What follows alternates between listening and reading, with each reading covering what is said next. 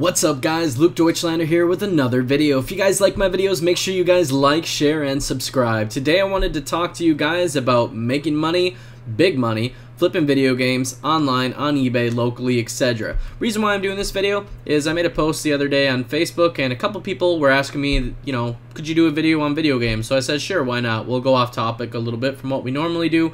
After all, this channel, guys, isn't just going to be about phone flipping, it's going to be about video game flipping, any kind of flipping really, cars, motorcycles, houses, anything business or financial related, truthfully. So that being said, let's jump into it and let's talk about some video games.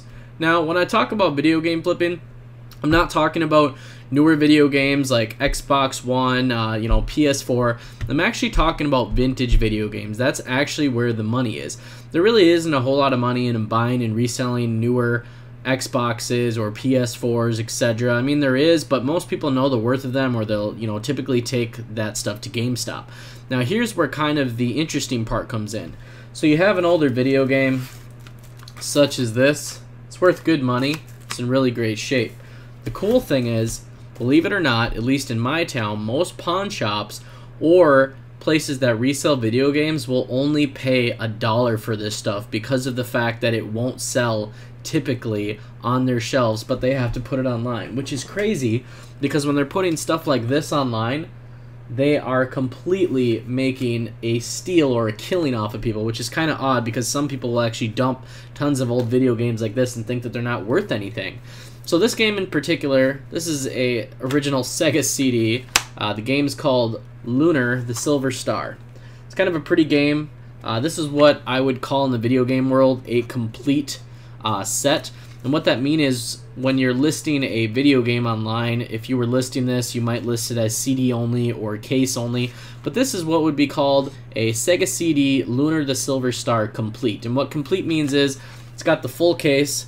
All of the graphics are there. There's no chips, no damage in it. Everything's there. And then on the inside, you've got basically a completely mint manual, and you've got a completely mint game too. As you can see, it's still got the styrofoam. These older video games with these bigger, kind of nicer cases actually came with styrofoam there, so that way the CDs cannot get damaged. Now this game, believe it or not, actually sells for around, I want to say it's $89 or $99. Just listed this today, and I paid about $15 for it. So it's pretty crazy to think, really good profit margins. Now, the only downside about flipping video games is there isn't a extreme market for vintage video games. There's a big market of buyers, but not everybody always wants to sell these, and not everybody can just get their hands on these. It's not like flipping phones or electronics where people are constantly buying new ones and constantly replacing old ones.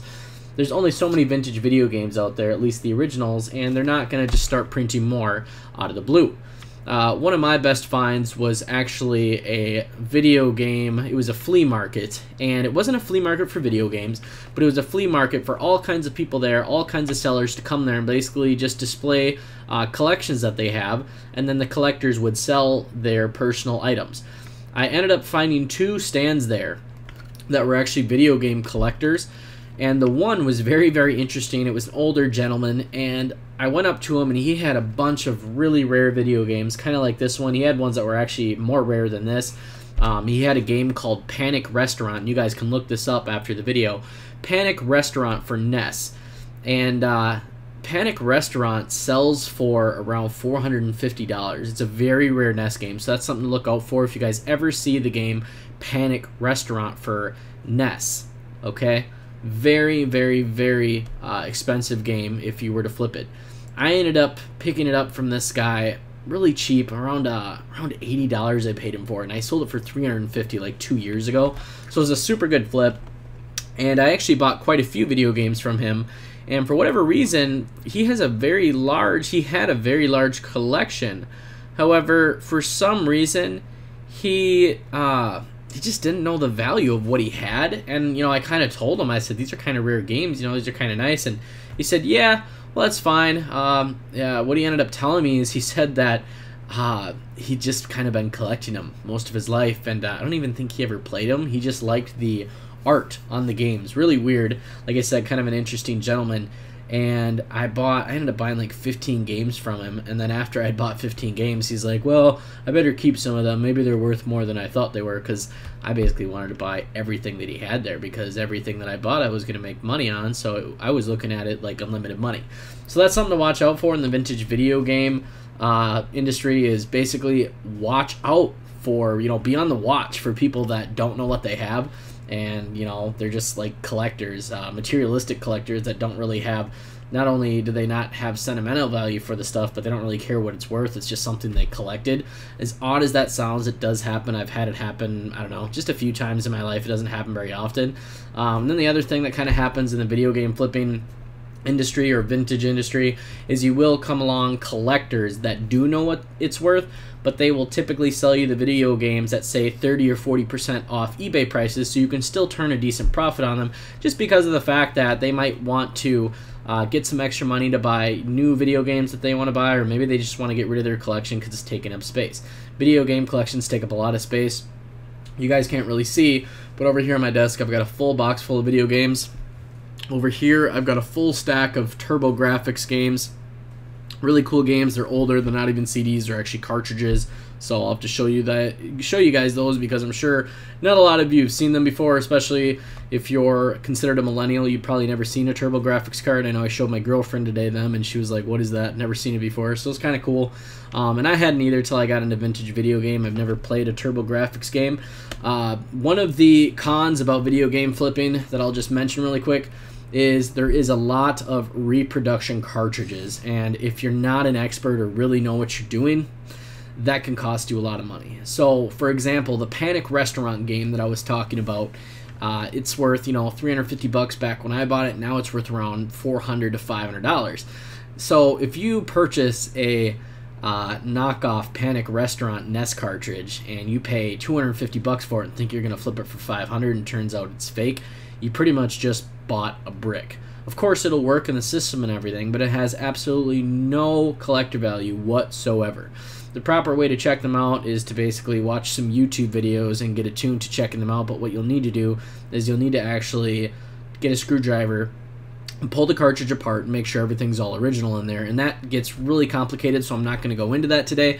But yeah, there's a couple different ways. You can also look at usually the prints on the copies. They're usually not as nice as the originals, or sometimes they're even brighter than the originals, because the technology has gotten a lot better since the original print. So there's a lot of things to look for, but that is one con, is that when it comes to cartridges, there are reproductions out there. People will reproduce the cartridge, they'll reproduce the graphics on the cartridge, sometimes something like this. Sometimes people will try and reproduce, so just kind of something you want to keep an eye out for, and just want to make sure that you're being aware when you're buying this stuff, especially if you're new to this or you're inexperienced. So I've made a lot of money flipping vintage video games. Like I said, it's not something that's as busy as newer phones or electronics, but it is something that helps when stuff is slow. And sometimes you can come across somebody with a good collection and make a lot of money. Like I said, that one video game in that flea market that I went to, made a lot of money off that. It was very interesting. Now, another thing that I want to talk about is basically how new is too new. In my opinion, anything Xbox One or PS4 probably wouldn't waste your time trying to flip it, not to mention if you lowball somebody. Most video gamers know what their games are worth, so that kind of makes it hard, because they're just going to be like, cool man, I'll just take it to GameStop, because GameStop actually does pay decent money for video games. That being said, one of the older categories that you should be targeting is TurboGrafx games. I'll show you guys one of those really quick. So this one right here, let's see here. This one I've got, looks like 49 bucks on it. So these actually I'm relisting. I've had these for a little bit. That's why they've got these stickers on them. Ended up going on vacation when I had them listed, so I took some of my listings down. This is a long time ago. I pulled these out of the closet.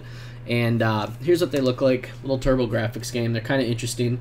They're actually an older cartridge, so they have the manual in them. Very interesting, very vintage, something you guys want to keep an eye out for. They can be worth a lot of money. Another one I got here, this one is actually worth $149, so just show you that. It's kind of cool. That's what I've got listed on it anyways. Haven't listed it yet, but that's what it was back when I had this before. There's a cartridge again. So this, by the way, in this industry, condition is everything. You could have a $150 game, but if the next one you get doesn't have the original graphics or case or whatever, that could reduce the price by $30-$40. Collectors in the video game industry really like things to be complete. It's a little bit different in the phone industry, where having a box or a case really only affects the price maybe $5-10 bucks. If this is only the cartridge and it didn't have the case or anything, you're probably looking at negative 50 bucks. So just not having the case or the manual, and if you only have the cartridge, probably looking at negative 50 to 60 bucks. People in this industry really like things to be complete. They don't like things missing, because then they have to go out and buy them or look for them in the future. Another kind of video game you should be looking for, video game category or system you should be looking for, Game Boy Advance.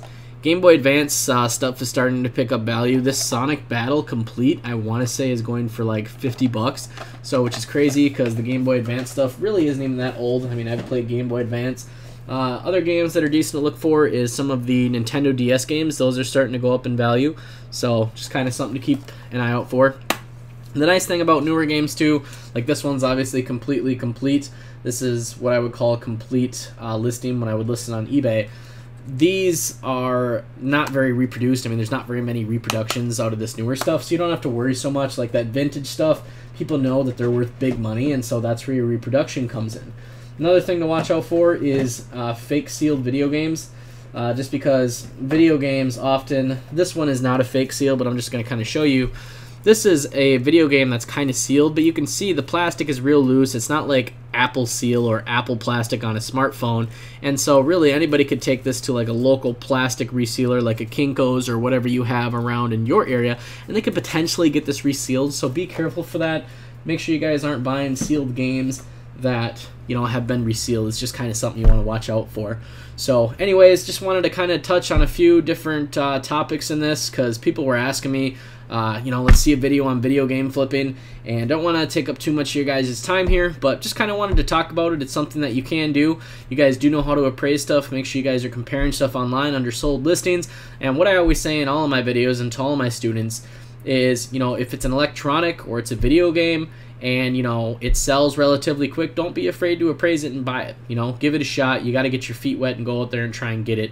So I've been flipping video games alongside with smartphones and electronics for quite a while now, and they're kind of fun. They are a little bit more of a pain, like I said, to inspect. There's a few things, like they can be cloned, and it's hard to tell the difference. And then on top of that, condition is a big thing, making sure they're complete. So it's, even more sensitive than the phone industry. So, it's got its pros and cons, but it's definitely fun. And sometimes it's nice to get away from phones, because I do so much with phones, and it's like it can be exhausting sometimes. Sometimes you just want to do something new, or, distract yourself a little bit, and this is kind of it. And it's kind of cool to see some of the old video games. Me personally, I'm not a big collector, but I can definitely respect people who do collect them. It's kind of an interesting thing, and it's always kind of cool to see what they're worth, and it's surprising sometimes when you look them up and you see how much they're worth. So that being said, I hope you enjoyed this video. It's a little bit different than what we normally talk about. If you guys like this video, make sure you guys drop a comment down below. Make sure you guys like, share, and subscribe, and I will see you in the next video.